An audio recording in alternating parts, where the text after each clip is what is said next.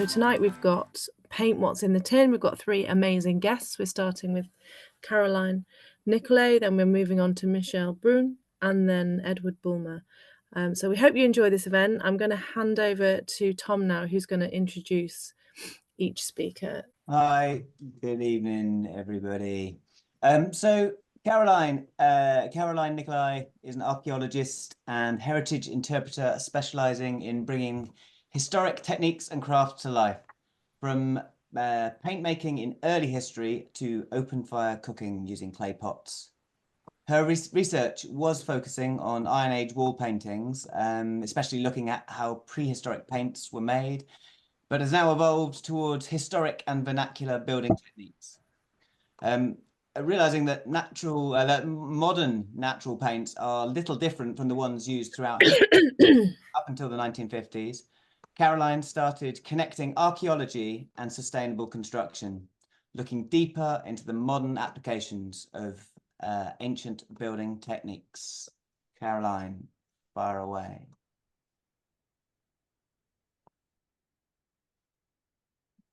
I think it's working. Let me know if it isn't. Looks great.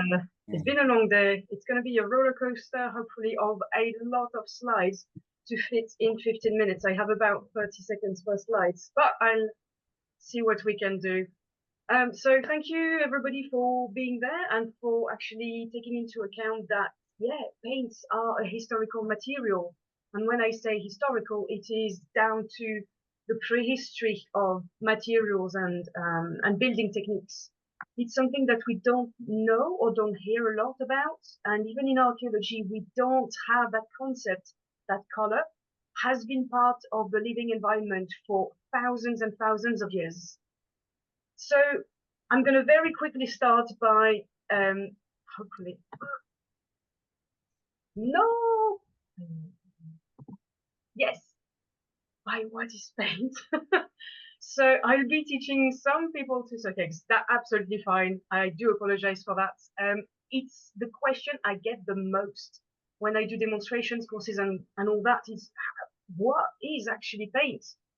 Very, very simply, just bringing back to basics, it is a color, a pure color that we call a pigment that is maintained in a medium or a binder. So an adhesive, a glue, if you like, usually an organic glue, that will stick it to a surface when it's liquid. Then it is liquid because there's a solvent in that mix that I always forget about, say water, for example, oils. And when all of that is dry, it creates a solid film. It's used to, as you can see there, protect or decorate. We forget a little bit about the potential meaning of paint in distant history. I'm not going to even touch that with a stick. The main thing, if you can see the entirety of the screen, the top left is paints, the top right is dyes. That's the major confusion, I would say. When I say pigment, a lot of people tell me about how they use natural dyes to color the wall and their clothes and things like that. No, it's absolutely not the same.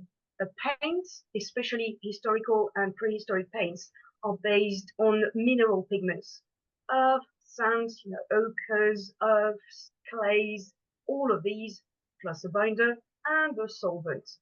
So these particles of color are not diluted in the solvent, in the binder. So the paint is the suspension. It's getting scientific, don't worry about it. The difference with dyes is that their color molecules are much, much smaller. They dissolve in water or alcohol, and they basically go inside the material and fixate themselves there. So if you paint it on your clothes, the paint stays at the surface and it can wash off. But if you dye cloth, the color is inside of it and stays there. So normally, if it was that simple, I would say paints are mineral, inorganic, non-living materials, dyes, organic, can be plants, animals like cochineal, etc. Non-living for paints, living for dyes. But, of course, it's not that simple. And I will not get into the details of what is what. But do know that they are lake pigments and they arrived really, really early. The Greeks and the Romans used them already, especially madder lake. And the lake pigment is when you get a color from a dye, from a plant, madder root, for example, for all these lovely pinks, and you fixate it by a chemical process onto a white mineral, say alum, sometimes chalk or calcium carbonate, these things. So you get a colored mineral, so technically a paint, but the color is organic from something living. They are very bright. You can make many different colors, but they are not light fast, which means they won't survive UV light for very long.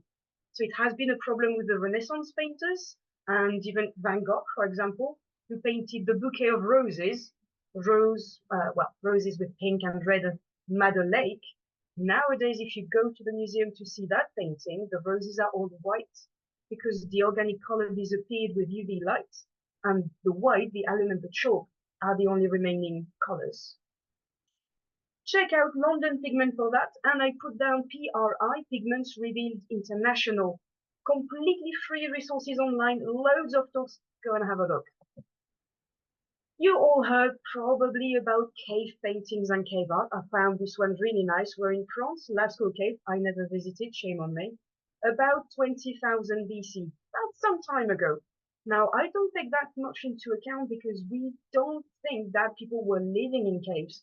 So it's a no different question. But we at least have some paints there, and they are more complex than we think. It wasn't just picking a bit of charcoal and just drawing on the walls. They are very complex, layered designs. We usually hear about cave arts and Roman frescoes with a big wow. Pompeii, Herculaneum, loads of different colors. It completely evolved, loads of blues and greens, and I'll come back to that. Whereas in prehistory, really, we have 4 colors, black and white, yellow and red, for thousands of years. Now with the Greeks, and especially the Romans, we get a lot more of these. We don't know why. We have these colors around, we just don't seem to use them. So cultural, societal, I can't understand that, I can't answer it. From that, we never really hear anything about the thousands and thousands of years of paint that happened between 20,000 BC, 1st century BC. For example, the UK, Stone Age paints, you have an awful lot of finds from the nests of Brodgar and Scarabray on the Orkneys in Scottish Islands in the north. We have some wall paintings, which is quite new, and we have a lot of items, including some leftover Stone Age paints, blobs that we absolutely have there. Some tiny mortars and cups, yeah, about 5 centimeters, very tiny. And my favorite, a oyster shell with paint from the Neolithic in it that absolutely match the shell I've been using for years and is completely stained. So the comparison between what I do now as demonstrations and what happened in the past is there. I will go through a lot of slides very quickly just to give you an overview of what we can find through archaeology and history. Painted pebbles! Doesn't sound really exciting. It's super exciting. I love it. We don't know what they used to paint on these, but it has survived for thousands and thousands of years. Usually in caves, not always. Some are in France, thousands of them. Others are in Scotland. We have painted pottery. So when I mention paints, we have paints on many different materials. And the one I want to include, because we always forget it, is painted pots. Still in the Stone Age, quite a lot of pink. Painted paddles, Middle Stone Age. They are from Denmark, but the designs are already fairly complex. They are engraved and rubbed or painted with color, black and red. My absolute favorites, Iron Age wall paintings. Because hearing about Roman frescoes, it's always sounding like they turned up and invented art, which is not the case. And we have these incredibly decorated, colorful houses painted both inside and outside, way before, well, before 500 BC for this one, a bit earlier for others. For whoever is working with earth construction and natural building, I want to point out that these plasters are incredibly fine, thin, layered, and very smooth. Polished, potentially, but painted and very smooth. Always the 3 to 4 different colors, black and white, yellow, red, pink, sometimes some brown. That's the best example I have. So we don't have a complete work from the Iron Age. I cannot show you any more designs than these. It's from Wellingbühl in Germany, and it measures about 168, 1 meter and 68 centimeters. We reconstruct it like this. So I mainly work with open-air museums, places outdoors, when we reconstruct Stone Age, Bronze Age, Iron Age, Roman, etc. houses. This one is the best example I have. It's in the north of France in Samara, and it gives you an idea of how cozy and how light it can also look like, about 200 BC. These are other examples of the same site, because they work a lot on their paint. So we have been working together to bring that to the public. My very much work is to study these paints and get the museums to reconstruct them so the public can actually get an idea of how clean and evolved people were in the past, even 4,000 years ago. Painted pottery again, but pretty detailed. It gets us to think about how they made paintbrushes. Another class of pigments. Don't ask too much about this. Again, another favorite, paints made out of wood. Because they are organic materials, they have received paint that not only stays on wood very well, it has at least stained it, but they haven't been burnt. Heat can change the color of many pigments, so I can tell you that these in the Iron Age were red. It's usually red ochre or hematite, so always red, red, red everywhere. Like this shield replica, forget about the shape of the shield. This has been reconstructed again at the British Museum and is a bit of a different shape. So that's the kind of color we still get in the Iron Age. A massive bugbear, but they are just really good. Roman Egypt, we have portraits and they use encaustic paint. It's a very complex, I find, type of paint. It's not just a beeswax paint. It's a paint that's based on the chemical reaction between beeswax and something else to make a soap. It's the saponification of that wax that creates a binder. I leave that aside for now. It's just to show you how varied and diverse the techniques, the materials, and the application of these techniques can be. That's the detail, so you can see how fine the pigments are ground and how beautiful the encaustic is. Sculpture, antique sculpture, Greek and Roman, you can't have enough of it. It's never ever white, etc. There has been a cracking exhibition very recently in Belgium. That gives you, okay, it speaks for itself. It's colorful. We know about it. We don't know about Pictish stones in Scotland, though, but that's another thing I work on with specialists, and we do believe that, yeah, they were painted. I will attract your attention to, very lower on the picture, the two little characters, two little motes.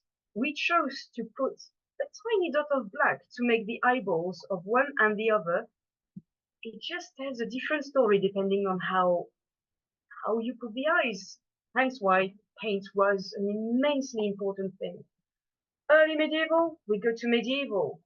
These are reconstructions. They are based on finds, so we know that existed. The buildings are usually wooden for the early Saxon churches. We have interior panels with, frankly, the usual gesso, so animal glues with white ground, which is quite often chalk powder, and the same pigments. Also, just after the Romans and the Greeks, we have a lot of greens, some blues already. I'll carry on with that, and a lot of earth pigments.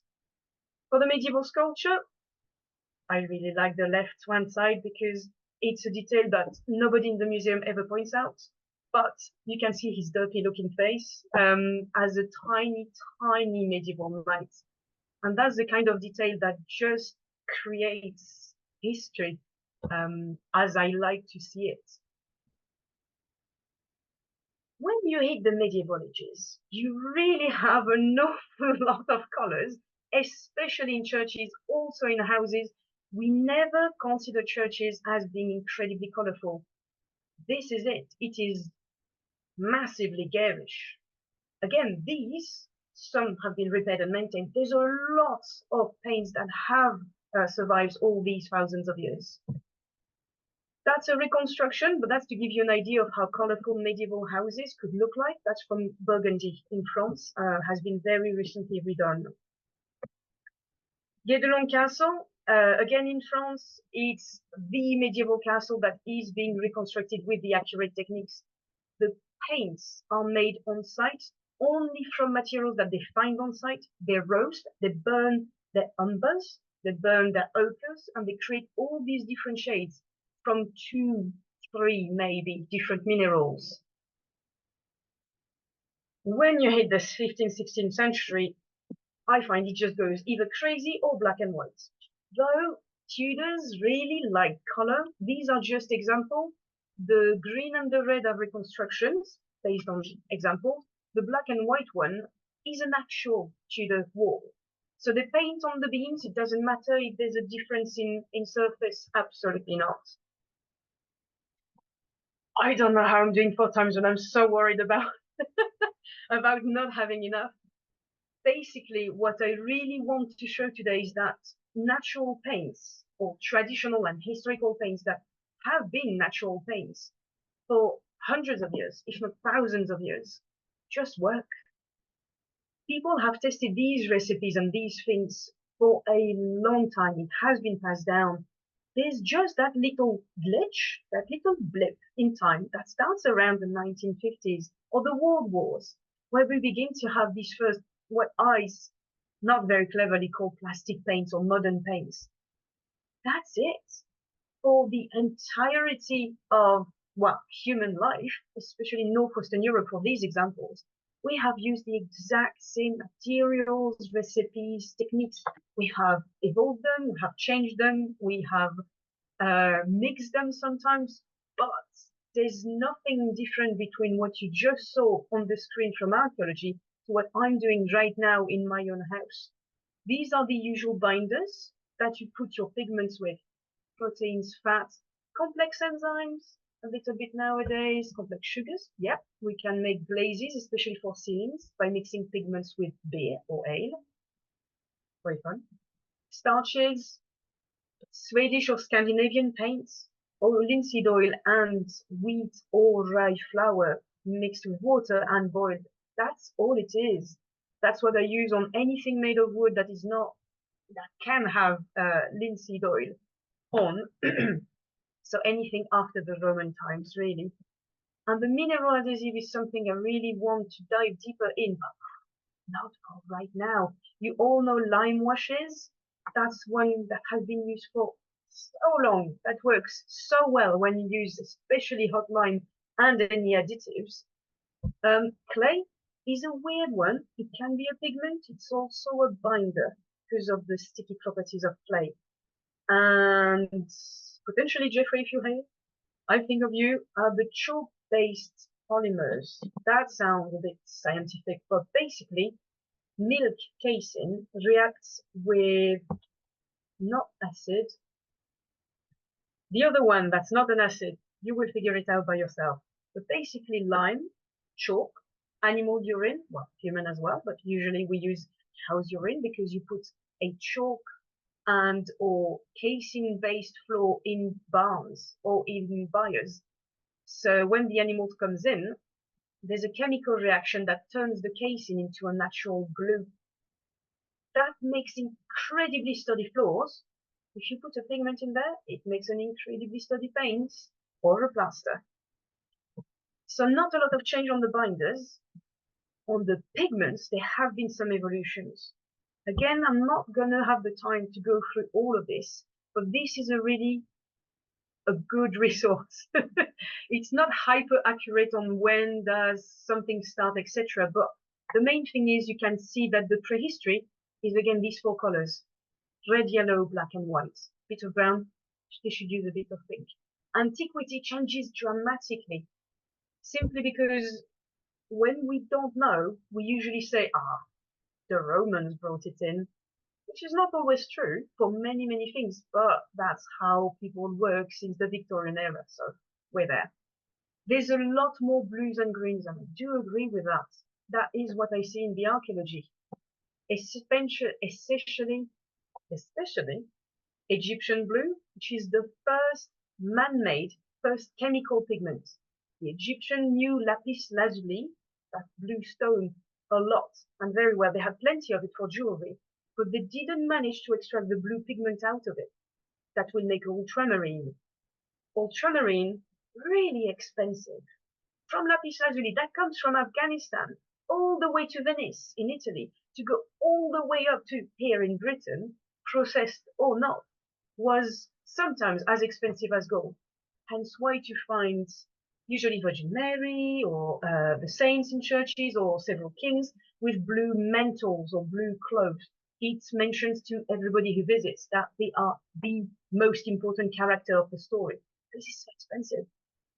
You can cheat and use other pigments, but very quickly Egyptian blue will be supplanted by azurites around here, around the early medieval ages, simply because we forget. We don't know what happens, but Egyptian blue is just not produced anymore. So the next cheaper option is azurite, a form of crystal, with mine in Belgium and in a lot of places around the world. Then ultramarine and lots of green earths, etc. I won't, again, talk much about that. You can ask questions, no problem afterwards. But you can see how colors have completely developed. Not because people were stupid in prehistory, simply we don't know why they chose not to use green that comes from copper that was extracted at the time and ground into powder. So don't ask me, I don't know. Again, these on the left are the usual colors for prehistory and early history, and it develops with a lot of lake pigments. Madder Lake is the beautiful strawberry pink there, and the blues and the greens. That's what I do, mainly. I study, test, display, and teach, and hopefully provide opportunity for others to learn, have a bit of fun, and use natural materials. So I don't get too deep into the ins and outs of modern paints at all, because I don't need it. What I learned from working from history and archaeology, I straight away apply as a natural material onto my own house retrofit and things like that. So great example on the left-hand side, this is compostable loose that we used as a test piece to see if our recipe for Scandinavian paint, so wheat flour, water, linseed oil, pigment, iron sulfate, would work. It works a treat, and I would never go back to anything else. It's so cheap. And the best thing is, if you don't need it, you can leave it in a tub. And if you want to chuck it away, well, I feel less self-conscious, especially about microplastics. The right-hand side is a completely historical paint that we've done in an Iron Age Renhouse replica for a festival, just to show people that, yeah, they were clean and bright as well. More pictures of what we've done at Clayfest, where I met Anna and a lot of other people. We chatted with a lot of people that I had not met before, from clay plasters to many different things, and I honestly had a ball. It was so interesting to think differently, to think in terms of modern construction, of how you deal with clients that potentially would like to use that sort of paint, but need to be certain that it will work and not go moldy or smell like feet for 6 weeks. Well, sometimes it does, but normally you have the good recipe and it only smells like cheese for about 2 to 4 weeks before it turns into a natural plastic, a polymer. For the rest, again, if you have any questions, please feel free to ask. I'm going to stay there for a while in any case, because I'm really looking forward to listening to my two colleagues for today. Misha, especially because I just ordered your book and I'm fascinated about oil, linseed oil, mainly on my house, but also for ancient things. And Edward Bulmer's, your paints are absolutely fantastic. So I'm looking forward to learning more about that. And thank you very much for listening to me rambling. Amazing, Caroline. That was so good. Thank you so much. Yeah, I feel like we've got so much work to do to sort of recreate our cultural image of history. It was so much so much more coloured than in our collective imagination. So moving on to Michel Brun, originally from Holland, began his career as a historic building surveyor, and in 2006 moved to the UK and founded Histoglass, offering insulated glazing for historic buildings. Michel established Bruns & Co. over a decade ago, focusing on reviving historic linseed paint. His expertise has contributed to prestigious projects, including the Old War Office, Chatsworth House, and Windsor Castle. As a leading authority on linseed paint, its history, productions, and application, Michel frequently presents to architects and preservation experts across the UK and North America. And in 2023, Michel published the book Caroline just referred to, Linseed Paint and Oil, A Practical Guide to Traditional Production and Application, cementing his reputation as an expert in the field. Michel is also an active participant in the ACAN Natural Materials chat. And Michel, thanks very much for joining us. Fire away. Yeah, great. Thanks for having me. I'll get straight into the presentation. Caroline, thank you so much for that very interesting background information, because that's kind of what we're trying to do here today, is just give like an overall picture. So I will obviously going to focus a little bit more on moving it out of the art space and into the kind of building world, architectural world. And when I did the research for my book, I've been basically collecting historic texts on any kind of paint, and especially obviously oil-based paints for about 25 years now. And this is actually the oldest reference that I've come across. So John Smith here in the Art of Painting in Oil from 1676 really describes just how to make a linseed oil-based paint. And really the methodology and the ingredients that he describes here is how we still make the paint now. Not with a Muller and slab anymore. We do use a slightly different production method, but I'll get to that later. But it's really interesting that from about the mid-1600s, you can start to see actual references on paper about how to paint a house. And then this is, I think, a really interesting slide as well, which I include for probably more our American audience here. But sorry, can I just interject, if you can hear me? Yep. Are you able to go full screen on that one? Yep. Bottom right, if there you go. Thanks so much. Can you see? Okay, great. Sorry about that. I can't see the difference. So yeah, thanks. Sorry, Michelle, it's not that one. It's the one kind of four over on the left. It's like, it looks like a cup. Yeah, that one. Yeah, there you go. You got it. Right, great. So that was the previous one, but I think you could all read that one. So sorry about it, coming across like an amateur here. Anyway, so this is the I found some text also already from the people sailing on the Mayflower, crossing over to Plymouth in the US. They already have records of people actually taking linseed oil and linseed paint with them for their first building works over there. So very, very briefly about explaining, just for those of you who don't know, what is linseed oil paint. It all starts with pressed flaxseed, and this is the kind of stuff that you will probably all know. Some of you might sprinkle this on your yogurt in the morning. Very high in omega-3, 6, and 9. Yeah, the beautiful thing here is this comes from the flax plant, Linum usitatissimum, which most of this is usable. Basically, you can use all of the plant. I'm just working now with the Healthy Materials Lab in the US, who did an exhibition in New York on purely about everything to do with flax and flax derivatives. And yeah, it is a plant-based product, right? So we are obviously only interested in the seed, and we press it to get raw linseed oil. Now, raw linseed oil has a really low surface tension. So low that actually yes, it is classified as a drying oil, but it dries really, really slowly. And also the surface tension is really not particularly suitable to grind pigments on a more industrial scale. So we need to boil it.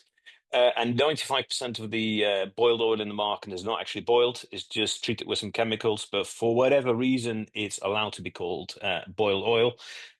So obviously, it won't be a surprise to you that we actually still basically boil the oil to get that. And what that does is you change the carbon links at that stage, which changes the viscosity slightly to a point where the polymerization can start more quickly. So your drying effects come in. And also the surface tension at that moment is really good to grind the pigments into. We do actually add a bit of dryer in there, which is a completely kind of new. I say with all of this kind of new, none of the stuff that we do is new. It's all old, but these are carbon dryers, and yeah, it's a tiny percentage per weight. And like I said, the grinding of the pigments, and you can see here what we do on the Muller and slab, just to give you an idea. The linseed oil paint is unusual that the oil is both the medium and the binder. A lot of questions that we get are about, can I just use the oil as a preservative? But you have to understand that the pigments are actually there for a reason. They have they all have certain properties. And one of the big properties is that they give you the protection against UV light breakdown. And just to give you a bit of a flavor for how easy it is to mix these paints by hand. And this, by the way, is a Prussian blue. So this is a man-made pigment. The reason why we use this here is because it's just very photogenic. But yeah, most of the pigments that we use are the raw earth pigments. And you can see you just create like a paste.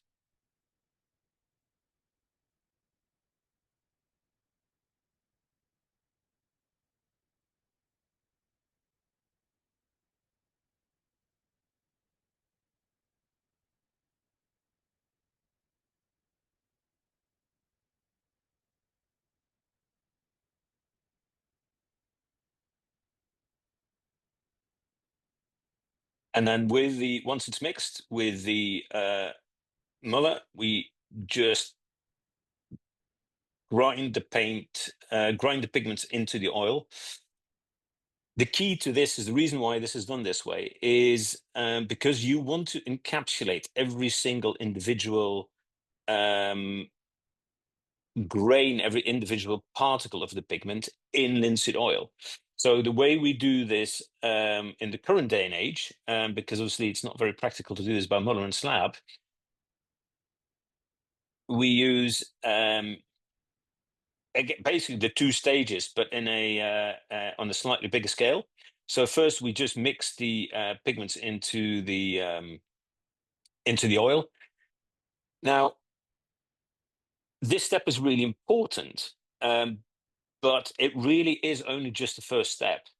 Because to the naked eye, once this has been ground in, once this has been mixed in, this will look absolutely fine to use as a paint. But it isn't. When you look at this under the microscope, this is too. It's not completely homogeneous. This is essentially just the oil with a lot of the powders just kind of clumped together in the oil.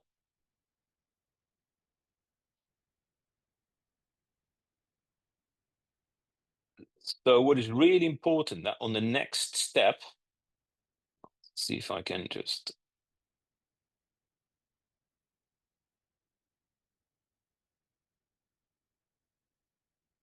Yeah, I don't need to see all of that. So I'll go to the next slide. because the next step would actually is the triple roller mill, where we grind the pigments. So this mixture goes through the triple roller mills, which completely grind the pigments into the oil. So as Caroline was saying, linseed oil paint was used for centuries, if not millennia. So what actually happens? Well, what you get, the tipping point with all of this kind of stuff is well, essentially in the Second World War predominantly, because what you have all of a sudden is a change in mindset where that generation lived through two world wars, and it was all about looking towards the future. They didn't want to look back. But also, one of the big waste products from a war industry is polymers.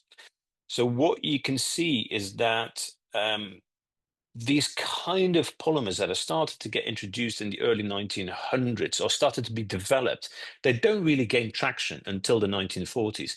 And the big driver in all of this is the car industry. So Ford was looking for a completely quick drying, easy to apply car paint. So what you then see here is in the 1940s, an introduction coming in of nitrocellulose lacquers, phenolics, vinyls, alkyls, acrylics, methacrylics. And then the big change again, slightly after that, after the Second World War, is the styrene butadiene. Now that is the essentially the waste product of the war industry. And then fast forward to the 1980s, 1990s, where you see a lot of historic buildings, especially in Germany and in France, developing a lot of damage. And these buildings are all repaired with these modern building materials. So it's not just paint, it's also cement and all these other kind of quick, easy building materials. Now, if anybody wants to know more about this, definitely have a look at the YouTube video by Mary Jablonski from the APT. She goes far more into these basically products from the early 1900s to the 1940s and how that develops. So what is the big issue with these kind of products? It's in the way they work, and the way they work is because they are film forming, they trap moisture. So the modern coatings, and this is when you read the blurb of like pretty much any kind of paint manufacturer that you can think of, from like B&Q or Homebase, whatever. It's all about putting as many coats on as possible to try and keep water out. We all know when you work with, especially with wood, but with any kind of timber, is you can't keep water out. Water will always find a way in. So here's a good example where right around that, to the left there of that hole, you can see a nail head. So what happened over time is that water seeped in and around that nail head and sat behind this coat of paint. Now I just tapped this, and this was an original bit of siding, just a plank. And I tapped it, it sounds very hollow. And then with my car key, I just gave the little poke, and there was no wood behind the surface here. So if you think about a conventional paint brand acting like a bag of plastic or like a Tupperware box for your wood, an analogy that I use a lot to explain linseed paint is that kind of linseed paint works a bit more like Gore-Tex. So you have you go running out in the rain, you put your Gore-Tex jacket on. The droplet size of the rain is too big to actually penetrate the fabric, so it beads off nicely. But any kind of moisture that you generate underneath in terms of sweat, the droplet size is so small that through diffusion, it automatically wicks out through to the surface. So linseed paint is not breathable, it's wicking. So this is where it differs from like a lime wash or a distemper. And that way, you keep timber dry over a long period of time. And you can see it here in a bit of a diagram, what I've just explained. So that's how it works in timber. Then you might say, like, yeah, but why does it work so well on metal? For that, we have to look at the surface tension of the oil. So the surface tension of oil is much lower than water. In very simple terms, the droplet size is smaller than water droplets. So any kind of imperfections and micropores in a metal surface get completely filled out with linseed oil. Now, if we then introduce also a particular iron oxide pigment called the hematite, and ours is from the region of Bilbao in Spain. If you look at that under a microscope, it has like a scaly character or a lamellar structure. So that, in combination with the oil, gives an absolute perfect anti-rust barrier. Now, if all that wasn't good enough, we can also then have a look at how green and healthy linseed paint is. So first of all, purely ingredient-wise, so it is linseed oil. We use it from a farm. Well, for our UK products, we use linseed oil from a farm in Wetherby, which is literally about 10 miles up the road from us. I think not even. And you know, raw earth pigments wherever possible. Definitely no plastics, no phthalates. Linseed paint doesn't contain any VOCs. Actually, that's, there's a bit of debate about terminology here. I'm also a member of the ASBP, and the directive now is to say that it only has trace elements of VOC, because essentially everything contains VOC. Again, different discussion, but that, and obviously we don't use toxic pigments like lead or arsenic or copper anymore. Now, the reason why this is so important is, so in March 2022, this research from the University of Amsterdam came out. They actually managed to image microplastics flowing through the human bloodstream. So here's a link to this report. Go and have a look at that. They do have the images, and I believe there's some footage uploaded as well, or you can link to it. And it is pretty scary to see. When I talked to somebody from the Cleveland Clinic about this, about probably 6-7 months ago, they now think, and this is the assumption that they're working on, that the absolute explosion in autoimmune conditions is down to the microplastics in our blood. And so, how does this link in with paint? Well, and this is a really exciting study, and I believe I'm very much looking forward to the second presentation next week, because I believe one of the authors of this study is going to join.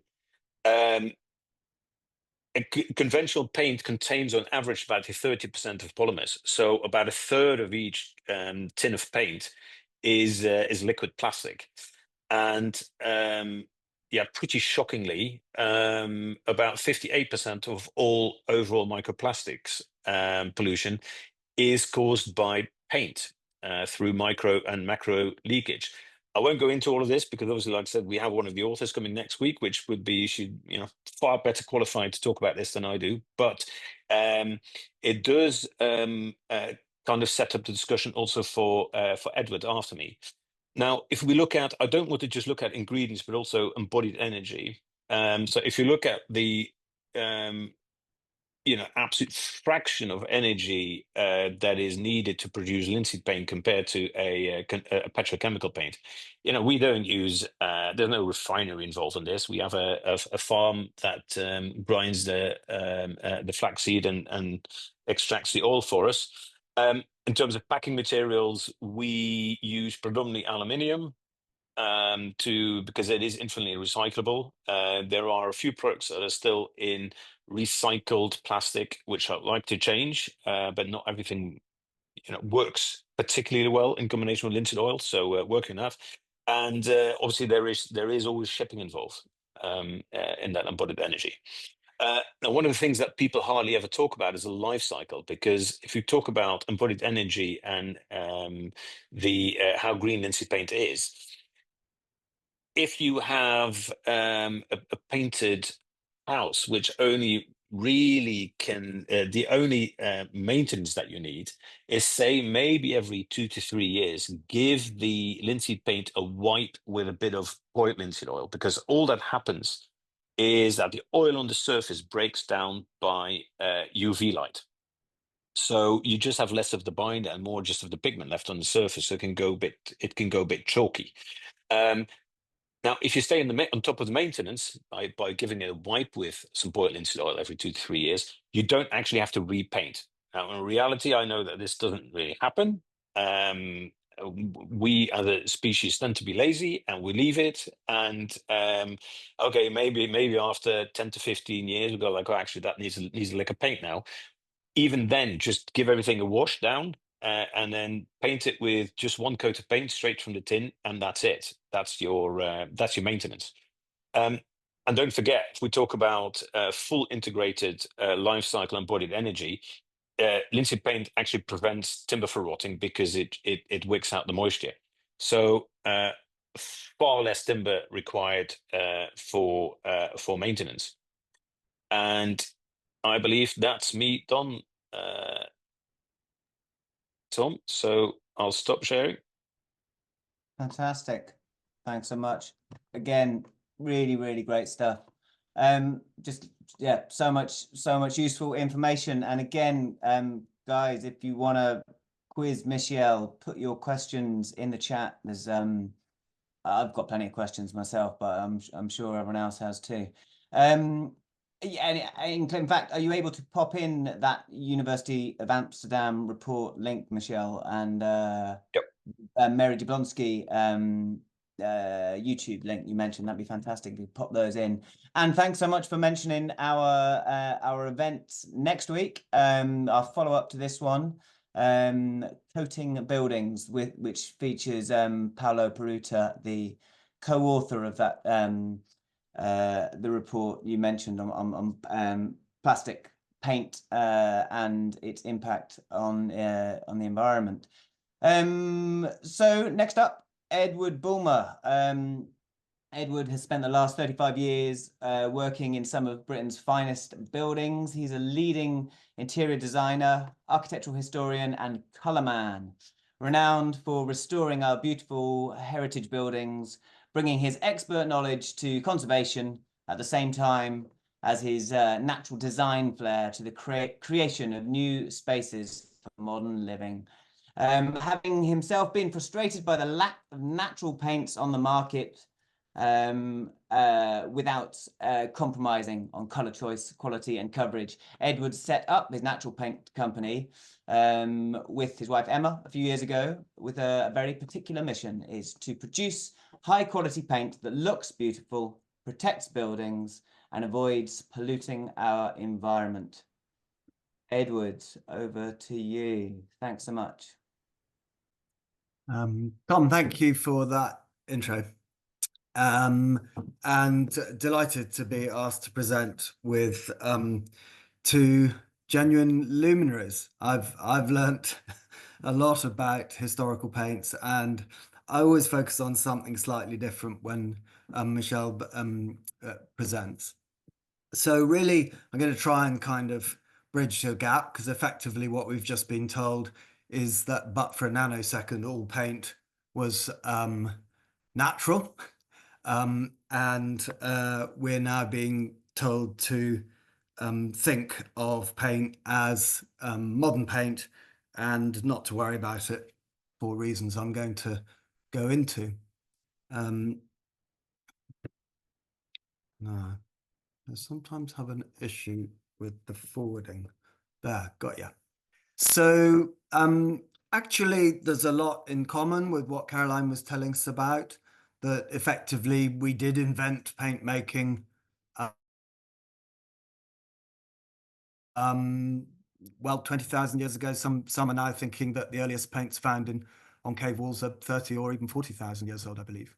But effectively, you need the constituents that we've been told about, the binder, the pigment, and the carrier or dilutant being the most important. And now in modern paints, we'll add in fillers effectively to bulk out paints, which is a kind of economic driver, if you like, and then additives that give it certain properties, not least preserving and that sort of thing.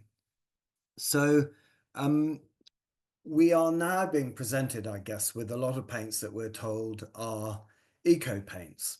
And it's quite interesting, isn't it, to ask what that means. It's not something I believe that you can look up in the dictionary. But one assumes that the eco stands for ecological rather than economic. But what appears to be the explanation for the use of the term is that the paint is an emulsion. It's a water-based paint, and that doesn't just apply to the wall paints we use, but it seems now to apply to the vast majority of eggshell paints, and sorry, Michelle, but to gloss paints. And as has been explained, these are film forming paints. And there's no doubt that film forming paints are fit for purpose in certain applications, mainly on the inside of a building, but on the outside of the building, they are demonstrably less well suited to purpose than the linseed oil paints that we've just been told about. And linseed oils did dominate paint making for much of our period. It's a plant oil, annually produced feedstock to make it. Why wouldn't you? Because we discovered that its properties were incredibly well suited to purpose, and that we could even improve them by boiling them and often boiling them and maturing them. That's the origin of the name stand oil, which you might have come across. But effectively, they are binders are polymer chains, and they rely on organic derivatives, carbon molecules, binding together to form chains. And since the development of fossil fuels, we've really gone down the path of creating these polymer chains from a whole new source of supply that came about from refining fuels.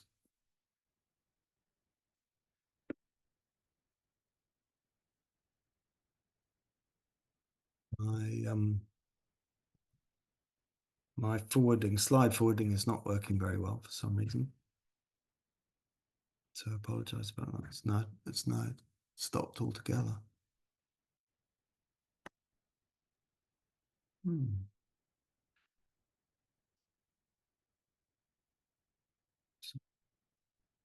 There we are.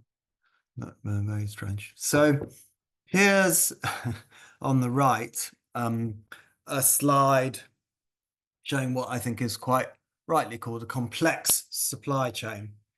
The starting point is crude oil, natural gas, now also shale gas, and the process that gets us all these various chemical derivatives is extremely clever. Steam cracking. What it's really doing is re-establishing the monomers in the kind of waste products from fuel refining, and they can be then processed to provide these different petrochemical ingredients. The one we probably recognize most would be acrylic. That since I believe it was discovered by BASF just post-war. That's really become the dominant binder source in modern water-based paints. And there are obvious issues you can see straight away from doing it this way, because none of that, either what we arrive at or what we discard on the way to arriving at it, can be recognized in nature. So it has no capacity for decomposition, which is entirely not the case with everything else we've just been told about, which effectively came from nature and can return to nature. So polymerization, I'm not a chemist, but if you were to be shown it by a chemist in simple terms, it's basically a process that relies on dispersing pigment into a resin and also at the same time emulsifying it. And you can see that some of these, styrene was referred to by Michel, and some of these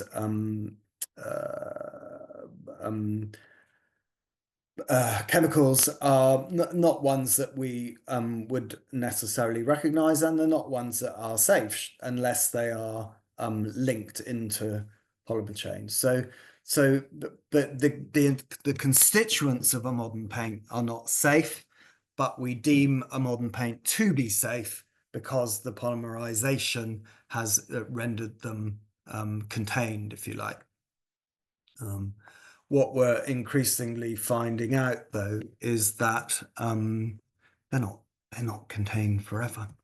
So in chemical terms, you start with monomers. You see here the double bond, it's known as in chemical terms. That is crucial if you're going to make a polymer chain, because you need one bond to the next monomer. The other bond will help you link on either to the wall at the point of painting, or other additives that we want to add into paint to give various characteristics. So that remember that I've shown you that for a particular reason. As I say, acrylic and vinyl are probably the two we recognize most readily, but effectively anything starting with poly, it will be a brand name that's derived from the simple fact that it's a polymer or polymer chain. And as Caroline was saying, you know, we've come to term these polymers as plastic, effectively, because they are a moldable material, and we can mold them so that they end up kind of hard on the point of use for us. So the laptop we're probably all sitting at made of plastic, but paint is also a form of plastic, but it's not yet hard, because obviously it's no use to us hard, because we can't then apply it to a wall. So it's what's known as a wet form plastic. But plastic, I think, although some of the modern paint industry are reacting against the use of the word plastic for paint, I think it's a well understood term in the way that we use generics. You know, you might clean with a Hoover. We all know it's a vacuum cleaner, and that Hoover were presumably the inventors of it. So what I'm trying to convey here is that we've taken ultimately we've taken a resource long ago laid down underneath what's now underneath the planet's surface, and brought it back to the surface. So effectively we're starting a pollution chain. And that is because what was beneath the surface is ultimately going to end up in the natural environment, but it's also because the way that we process the materials actually requires not just significant pollutants, but also significant amounts of energy, which of course has a whole nother raft of pollution, because most of that energy is coming from fossil fuels. And the reason this is so problematic for the planet is that ultimately paint has to fail. And so the constituents of the paint, this plastic paint, will be broken down, either deliberately because we're sanding down a wall or something, or by weathering, or in the case of the oceans, by reaction, with the salty water. And so it's decomposing. All paints will, natural or otherwise. But when decomposing, it needs to become, to be non-polluting, it needs to become a food source. That is the natural cycle, is that everything breaks down and becomes a food source for some other organism, and that organism eats it, and then the next organism eats that, and so the cycle goes round. But because we're using plastics, they only have the ability really to decompose to a microscopic version of themselves, what we're now calling microplastics, which you're going to learn a lot more about at the next webinar. But they are extremely problematic for two reasons. One is they are so tiny, they can literally pass through cell walls, and they have found their way back up the food chain and now being found in humans, human blood, human embryos even. And the way those polymer chains were formed is so effective and efficient, because actually they are, that double bond is very attractive. So not only is it great for making a paint and making a paint stick to the wall, it's also great for sticking to all sorts of other things, namely a lot of pathogens. So we're now beginning to see plastic associated disease in waterfowl, etc. And the more we look into this, I'm afraid it's obvious what's going to happen. We're just going to be given more and more examples of the extreme potency of petrochemicals. And that's not all. There are also other additives that will be probably used in paints. And in terms of the human effects, we're not all equal.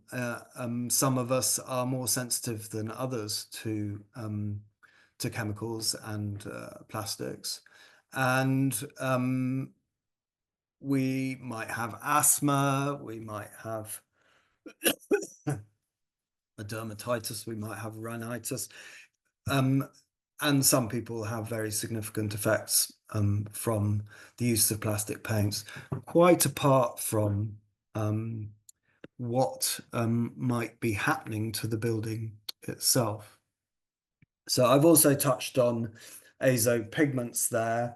What Caroline was hinting at was that the dawn of pigment chemistry in the 19th century, we began to isolate, if you like, the reason why color was a color, and creating or synthesizing chemicals that we could then apply to a chalk, for instance. So we actually subverted the whole notion of a pigment, really, because on the whole, a modern pigment is much more likely to be a colorant if it's a bright pigment. Some paint makers still use earth pigments, as we do, but a lot are now using azo pigments, and you can know that because of the price of modern paints. Mineral pigments, genuine mineral pigments, can be 100% more expensive than earth pigments. So that is why effectively modern paints, or modern water-based paints, are being presented to us as eco paints. So we have this kind of slightly curious situation where an eco paint can be both fossil-based and non-fossil based. And it, to me, it stretches credulity that anything that's fossil-based could be called eco, because on the whole, I think we're all now understanding that we need a significant carbon descent to bring back temperatures to acceptable levels, that sort of thing. But what happened, I think, was that in 2010, when we did legislate on the making up of paint, we brought VOC levels down. And what that actually meant is that for a lot of paint makers, they found it impossible to get rid of, I think, the dryers principally, to get down to these VOC levels. They didn't believe that painters were prepared to wait for paint to dry, something that will be familiar to Michelle. And so they switched to these resin binder paints, these modern water-based, mainly acrylic emulsions and eggshells. And so that's what's being sold to us as eco paint. It basically means water-based paint, hopefully with a low or minimal VOC content. And there's one crossover I can think of. There may be others, but there's a paint out there called Grafenstone. It's effectively a hybrid lime paint. We know that because you can apply it to plastic paints. So the only way that would be, but lime doesn't like to do that. So the only way that can be a lime paint is that it's a hybrid lime paint. So it will have some level of hydrocarbon binder in it. But there is, of course, no need to go for any of those fossil-based paints if you actually want an eco paint as such, i.e. ecological, because we have a great range of mainly traditional paints available to us from lime paints, lime washes. Silicate paints were really brought in the 19th century, but they're based on silica sand, incredibly durable, high performance paints, particularly for exteriors. Clay paints, true, are wonderful open pore breathable paints, not hugely robust, but a great alternative. Linseed oil paints, as we've just heard, incredibly well suited to protecting wood, particularly outside. Casein paints, fantastic, beautiful paints, not easy to apply for a modern painter, but beautiful results are available there. And it kind of leaves us then sitting in an area that we've tended to just call natural paint. I will come back to why. So the only other reason I can think of that would define an eco paint, I suppose, would be the lack of VOCs. And what comes to us very often is that that's about the limit of the understanding of most paint buyers or specifiers now. So they will ask us what the VOC content is. And quite right that we should be asked, and actually ask yourselves back, why should there be any VOCs in a water-based emulsion, for instance? And I guess you probably don't know. But the reason why we're worried about this was because we realized actually that the emissions from the emissions of basically what we isolated was the fact that anthropogenic VOCs, man-made VOCs, were the problem, and they were manifest in vehicle pollution, in pollution from industrial plants, and in consumer solvents, and most of those were in paints. So paints got caught up in the regulation that we brought in 2010, and that was basically to address a hole that appeared in the ozone layer, which was very serious because it was going to allow the planet to warm faster.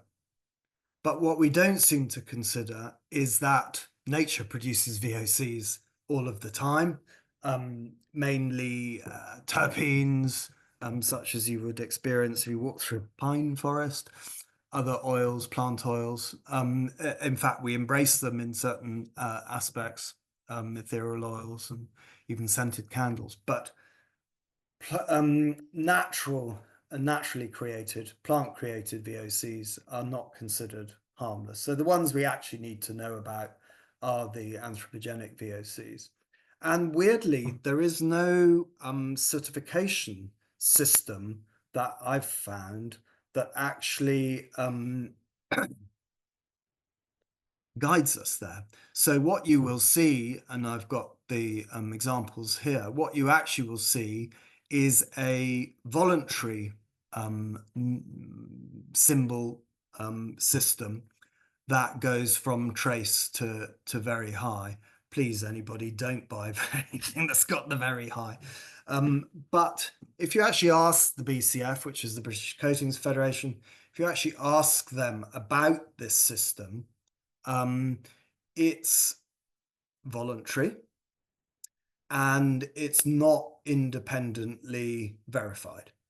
So it relies on the paint maker themselves to test, or however they want to do it, the VOCs emitted from their paint, and applying that to the BCF, and the BCF will say, I hope you've been truthful, and here's your symbol. So I suppose I'm just going to say it's not something that I find terribly reassuring. The other reason, or the main reason we ought to think of a paint as being ecological or not, is the amount of greenhouse gas greenhouse gas pollutants. And you're all familiar with carbon auditing. Very few paint companies do full scopes 1, 2, and 3 auditing. But as of 2 weeks ago, Farrow & Ball did.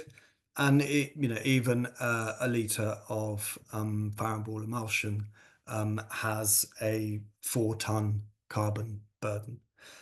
So we really have got a very seriously polluting product in paint, whether it's called an eco paint or not.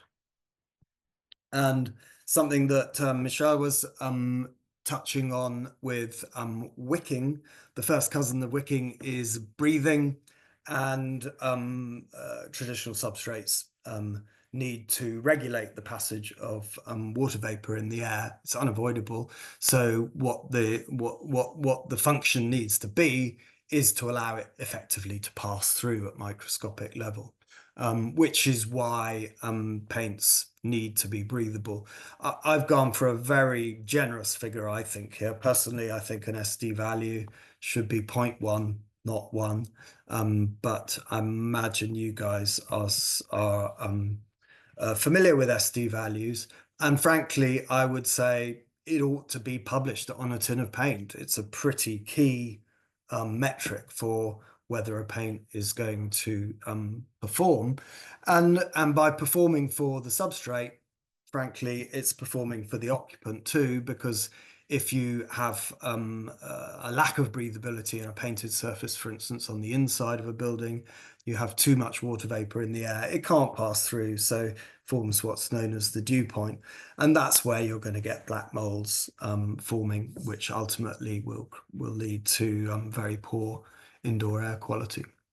So what if paint was made the way that Caroline and Michelle make it, i.e., what can we learn from the past? And the crucial thing about the way paint was made in the past is that it is now fit for purpose in a whole new way, because the modern paint making cycle is literally a dead-end cycle. We're starting from a material that was safely locked up carbon, if you like, and effectively releasing it into the atmosphere, into the environment.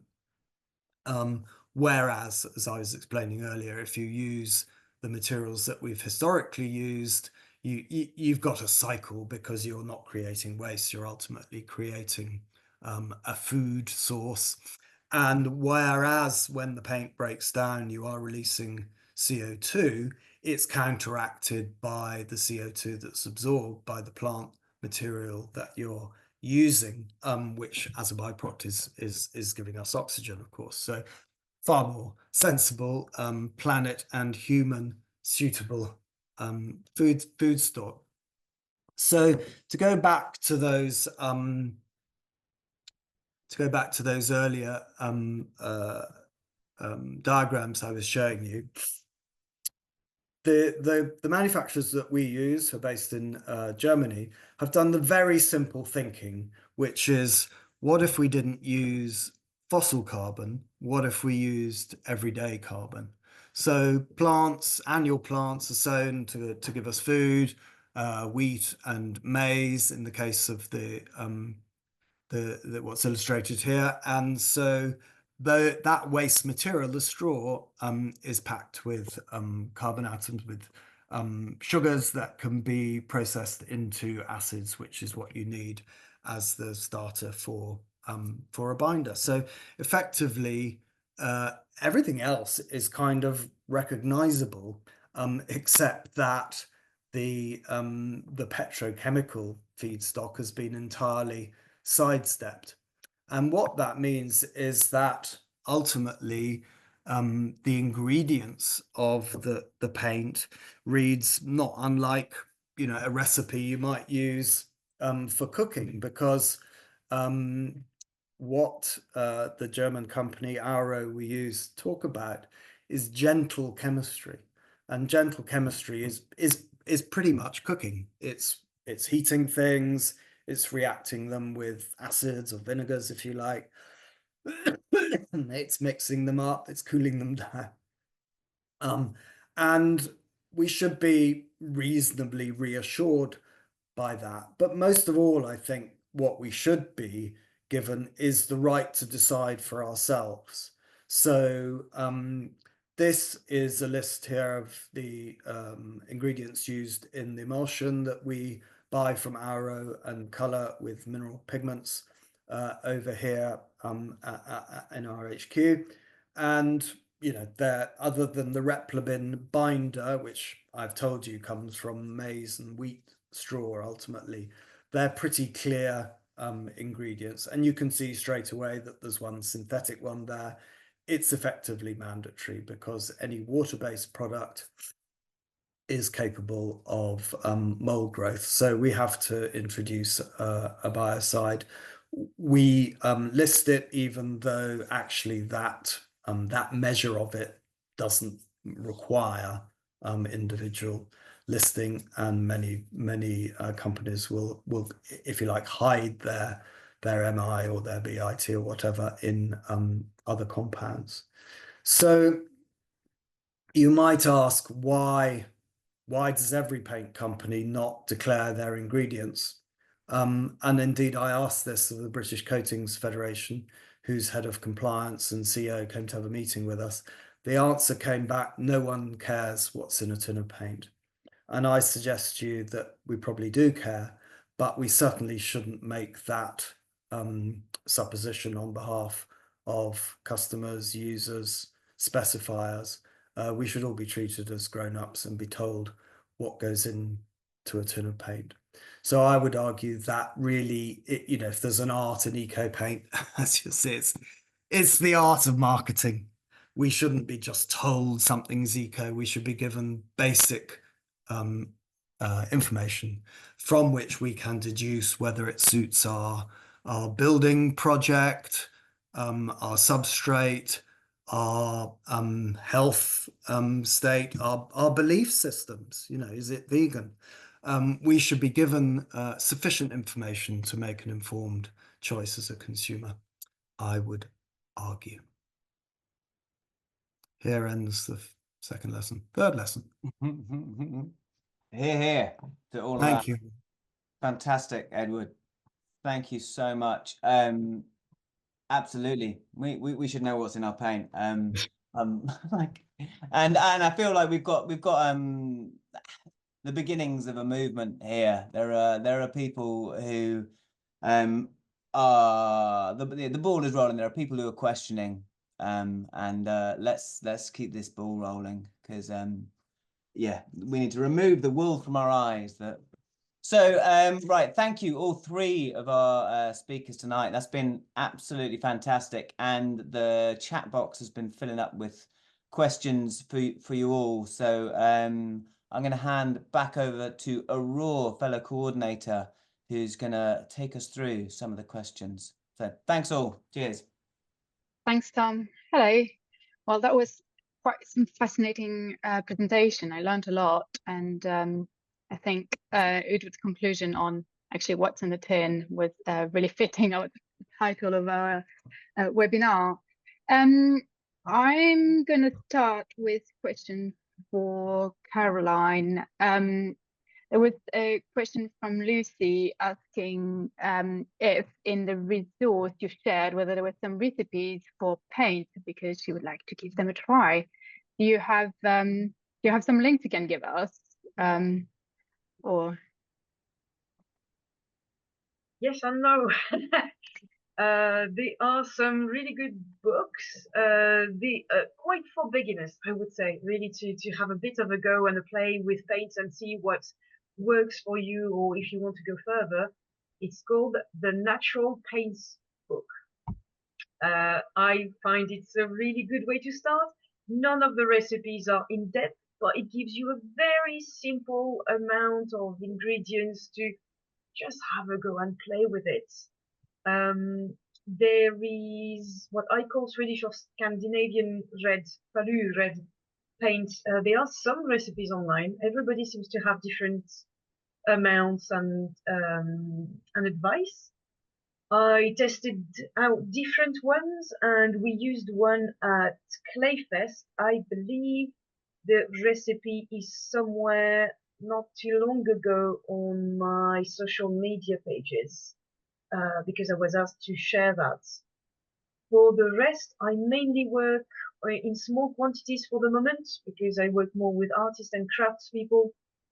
Again, small amount of pigment for foraging and so on. So I am yet to dive into complete paint recipes. And for whoever was at Clayfest, they will remember that we had 2 recipes of paint. One, Pario red, Scandinavian red, very precise. And the other one that has no recipe, because we mix stuff to see what works. And big whoop, everything sticky actually sticks with pigments. So the best want to test things out on a small scale is to use tempera paint, which is egg yolk, water, and pigment, either by hand, just mixing them in various quantities, sometimes adding chalk powder to make them more opaque, a bit more like a gouache, or using a molar and slab like Michelle was showing. That's to make more beautiful, better working paints, be it with oil or tempera or other things. And I know that Lucy is here, so again, London Pigment, check her website out. There are some good advice, and she also supplies mobile mini slabs and molar that I really like to use myself for courses. And for tempera paints, start by 50% water, 50% egg yolk, mix together, add some pigment in small quantities, adapt your quantities to what you want to do. There's no right or wrong way to me. Right. Thanks, Caroline. I'm sure lots of us will go out and experiment there. Next question, actually, that for Edward, and Clement is asking about dry paint. Have you looked into it? Because it seems that it seems better than liquid paint in terms of transporting and being able to keep it for longer and using just what you need. Is that something you've been looking into? It's certainly something you consider for all sorts of reasons. Your freight costs would be much lower. It doesn't seem to really make much sense to ship water around the country, but an awful lot doesn't make much sense to a painter, and asking him to do anything more than take the lid off is pretty much as far as you're going to get, to be commercially frank. So we have actually intentionally or unintentionally de-skilled the painting sector, so that we have got paints now that are terrible term, but idiot proof, as it were. So you literally can get the tin, you don't have to mix color anymore. You literally just take it out the tin and slap it on the wall. And actually, if you haven't bothered to rub down the wall, if you haven't bothered to clean the place, if the air is full of dust, the builders are still working around you, someone comes in and does an electrical chase the next week, these paints are fairly tolerant of that, and they're cheap enough for it not to be disastrous if you've got to do another coat. That's the kind of commercial magic of the using of plastic. It's made paint kind of it's debased paint, it's debased the painter's trade, it's removed the kind of artisanal aspect that characterized paint for 29,900 years to just a kind of base process now, and it suits the builders and the developers because probably the painter is the cheapest labor rate on site, and so no one gives them any respect. despite the fact that actually on the whole, when you hand the project over, you know, the paint job matters more than anything for what the client will actually see. But you can certainly buy powdered paints from suppliers, you know, sort of lime suppliers, Rose of Jericho, those sort of people. You certainly can buy them, and various startups have tried to say, you know, I've got a great eco solution, it's powder, etc. But I'm sorry to tell you that most paint buyers are still not buying them because they're ecological or sustainable. So most of our messaging, most of our marketing, most of our discussions are still all about color. Yeah. Yeah. Thank you. You wanted to say something, Caroline? No? Yes. No, okay, I'll jump to the next question. That would be for Michelle then, while we're still into the mixing and actually making the paint. What difference would it make to use paint that's just been mixed and not rolled, Michelle? That's a question from Good question. Well, the main thing is, if you don't roll it, you don't disperse all of the individual grains of pigment completely in the oil. And I did kind of rush through this during the presentation, but it is, if we want the highest quality paint, you need to make sure that you don't just essentially end up with just linseed oil with lumps of pigment in it. And that is the problem, is if you just mix it in a big barrel with and just throw some pigments in, big industrial mixer, it looks absolutely fine to the naked eye. But then you look at it under a microscope and it's yeah, it really isn't. You can see that it's not dispersed at all. This is one of the big my bugbears about what some other companies are doing now with bringing this onto the market. And I see certain pricing for linseed paint, and you go like, that there's no way that that's been rolled, that's been milled, because the cost of doing that, it's the time, right? Because it depends on the pigment as well. So each pigment has a different grain size, has a different hardness, has a different, and Caroline will know far more about this than I do, but this needs to pass through the triple roller mill between 2 and 4 to 5 times. So depending on the color, that's the time you're spending on doing this. So yeah. So ask for the milled paint. Yeah. Yeah. You need needs to be milled. Right. And what have you got? I've got you here. Tom was also wondering what other calcium dry is made from. What the calcium dryers, you know, the dryer you've got. Oh yeah. It's a carbon-based dryer. I can get the full details and share that with you. That's not a problem. Would be great, thank you. So what have we got next? Let's ask. Oh, I've got a question from Maya regarding fire rating, and how do natural paints deal with fire rating requirements, especially on timber, and for achieving spread of flame rating without covering in other harmful coatings, which negate some of the benefits. Who wants to? Mind if I quickly take this, because this is Absolutely.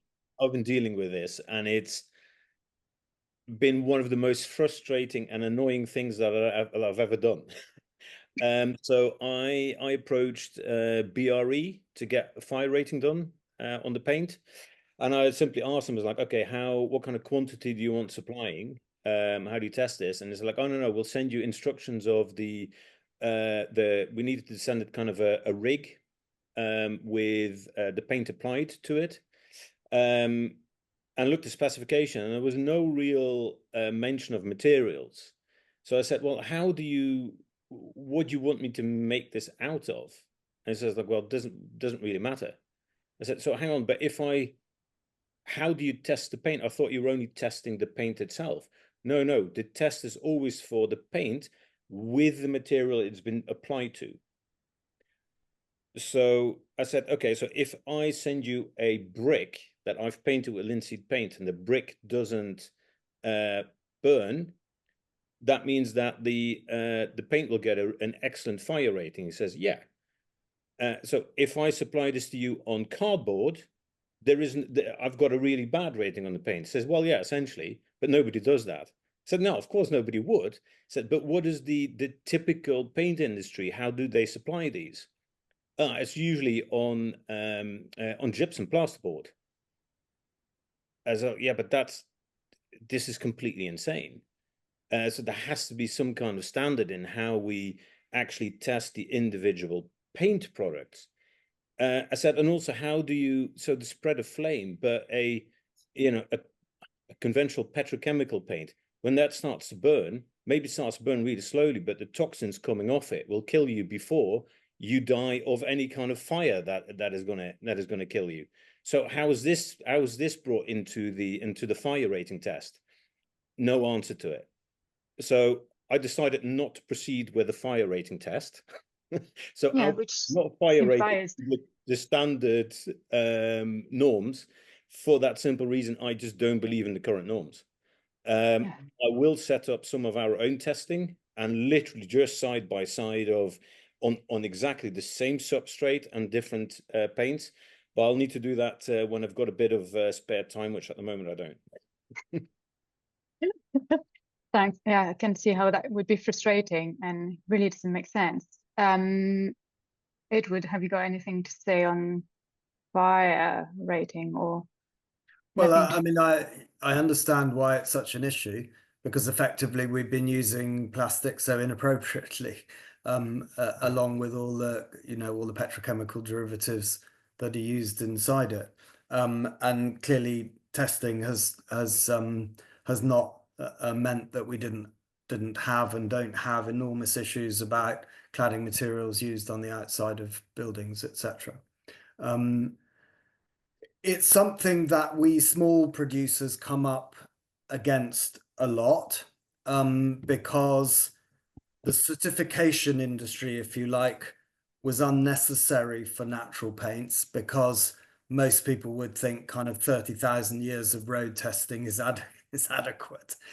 And so it's just common sense.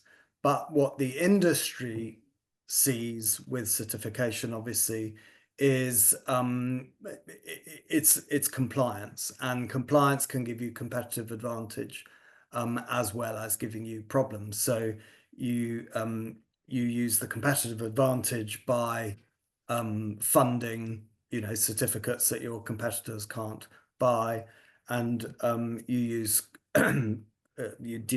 meet compliance with lobbying to make sure that what they're complying with is achievable by too lower benchmark, if you like. So again, I always come back to when and we've had these discussions with people who will literally specify something that they know is less appropriate, but because it's got the right certificate. And so the only way I can really counter that, because I promise you I have not got hundreds of thousands of pounds to spend on certification. And if I did, I would actually spend it on subsidizing people buying natural paint.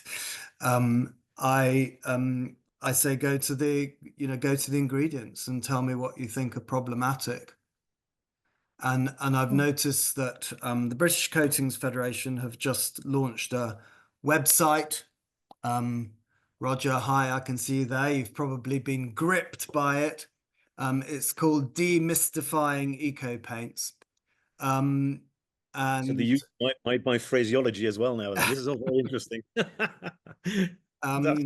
Yeah, I mean, maybe it does for some people, probably actually sadly for a lot of people. But I noticed a little side swipe at linseed oil paints. Did you see that, Michelle, where it said that the problem with using paints, or oil paints, is that there's a high risk of fire in the factory.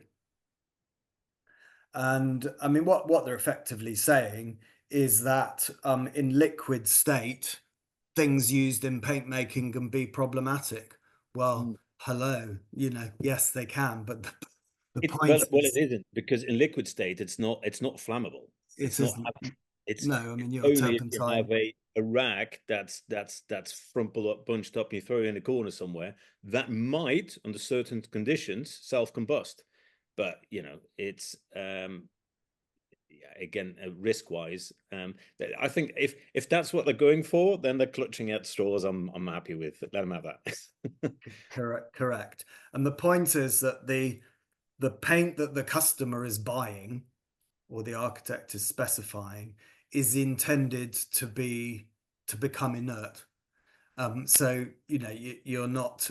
So the spread of flame is about the paint surface. It's not about the paint in the tin in its liquid form. So again, I would say that we have arrived at an age where we do need a lot of ability to not be blamable, and so we tend to hide behind insurance, or we hide behind the claims of others, or we hide behind certification. And it hasn't protected us from the sort of tragic situations we've seen, you know, with the Grenfell fire or what have you. So, but yeah, spread of flame is not a problem with natural emulsions. Thank you. Next topic, I think, will be on biodegradability. And I've got Clement asking that, well, saying that you had a look at safety data sheet from the non-fossil based paints and that have been listed, like Albro, Earthbound, etc. And they're generally classified as hazardous waste still, which is seen as one of the main issue with paints. So it seems that Edward Bulmer paint and credit side seems to be the only one that were directly compostable.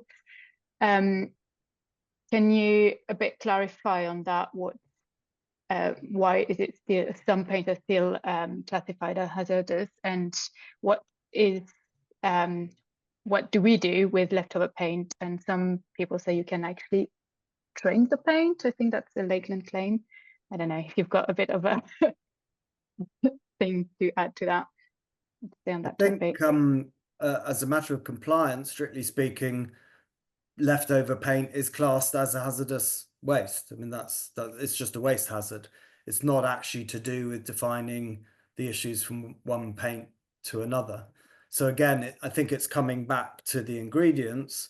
And if you can kind of recognize the ingredients and ask yourself, you know, would it be problematic if that was put on the compost heap, or, you know, if it's a mineral, it's come from the soil, it can be returned to the soil.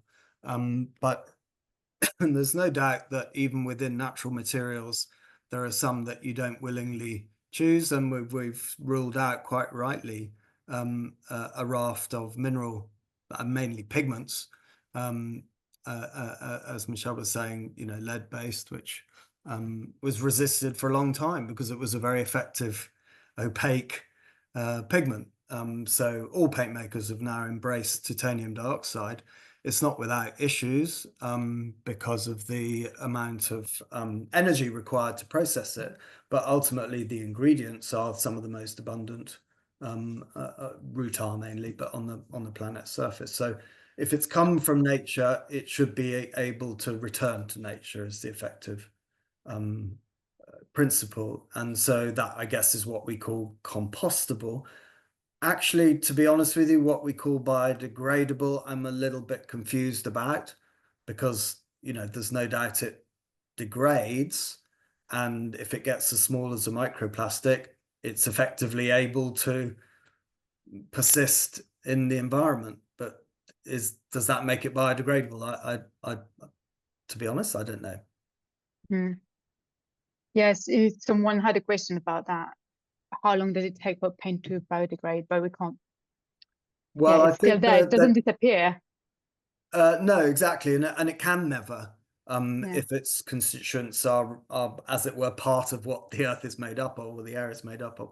I'm told that the persistence of synthetic polymers or petrochemical-based polymers is probably in the kind of 500-year principle, whereas you know, a natural paint simply oxidizes to dry and it is what it is. You rub it off and it returns to its constituent parts. One thing Thank you. I can add to that as well, that linseed paint basically keeps indefinitely. So you don't have waste. So I've seen tins that are like 50, 60 years old with just still some linseed paint in there. You might probably get a skin over the top because oxygen will get to it. So you get like the surface polymerizing, but you take the skin off and then you stir the rest and off you go again.